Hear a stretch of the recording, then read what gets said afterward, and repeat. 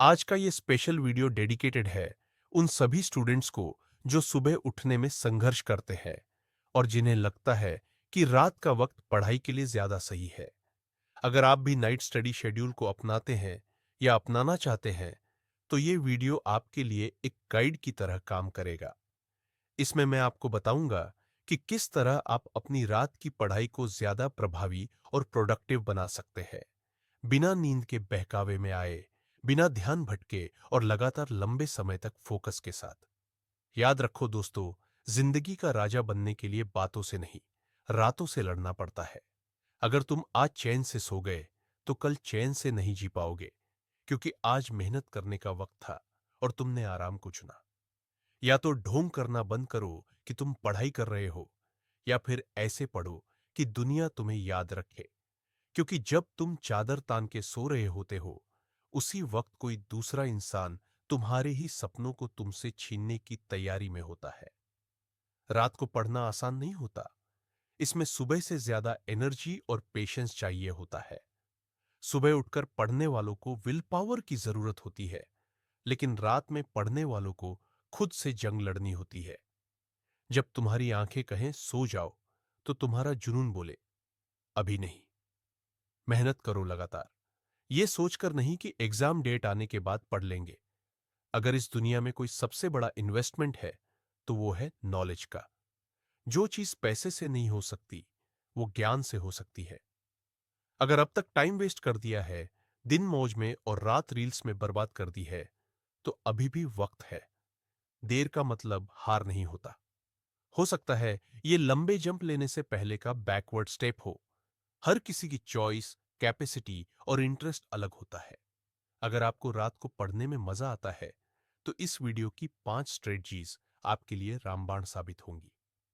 Point 1, targeted mindset. रात को पढ़ाई करनी है, इस बात को दिल से स्वीकार करो। जैसे वार्म अप के बिना एक्सरसाइज नहीं होती, वैसे ही माइंड को प्रिपेयर किए बिना रात की पढ़ाई नहीं हो सकती। अगर जबरदस्ती पढ़ाई करोगे, तो ना कुछ याद रहेगा ना मन लगेगा। तय करो कि सोना नहीं है जब तक टारगेट पूरा नहीं होता। Point 2, regularity is more important थन ड्यूरेशन। अगर एक रात पढ़ा और फिर 2 रात छोड़ दी, तो उसका कोई फायदा नहीं। रेगुलर पढ़ाई जरूरी है। रूटीन सेट करो, रोज का एक तय टाइम रखो। चाहे 3 घंटे पढ़ो, लेकिन रोज पढ़ो। तभी दिमाग और शरीर उस रूटीन को एक्सेप्ट करेगा। Point 3, concentrated mind. 16 घंटे बिना फोकस के पढ़ने से अच्छा है कि 5 घंटे पूरे कंसंट्रेशन के साथ पढ़ो। उसी से आउटपुट मिलेगा, वही चीजें एग्जाम में याद रहेंगी। इसके लिए जरूरी है कि स्टडी एरिया ऐसा हो जहां कोई डिस्ट्रैक्शन ना हो। कोई फोन, कोई शोर, कोई रुकावट नहीं। बस आप और आपकी किताबें। Point 4, take micro breaks. नींद तो आएगी ही, क्योंकि रात है, लेकिन हर घंटे बाद 5 मिनट का ब्रेक लो। मुंह धो, थोड़ा चलो, हेल्दी स्नैक्स खाओ, लेकिन सोशल मीडिया को मत छुओ। ब्रेक का मतलब है रिफ्रेश होना, स्क्रॉलिंग करना नहीं। ब्रेक लेने का मकसद है अगले घंटे को बेहतर बनाना, टाइम बर्बाद करना नहीं। Point 5, active learning method.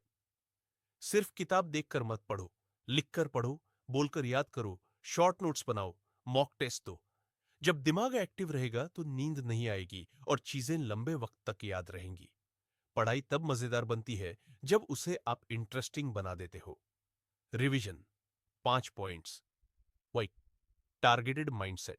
दूसरी, नियमितता। तीसरी, केंद्रित मानसिकता। चौथी, माइक्रो ब्रेक्स। पांचवी, सक्रिय शिक्षा। और हां, सबसे जरूरी बात, पढ़ाई के साथ साथ नींद भी उतनी ही जरूरी है।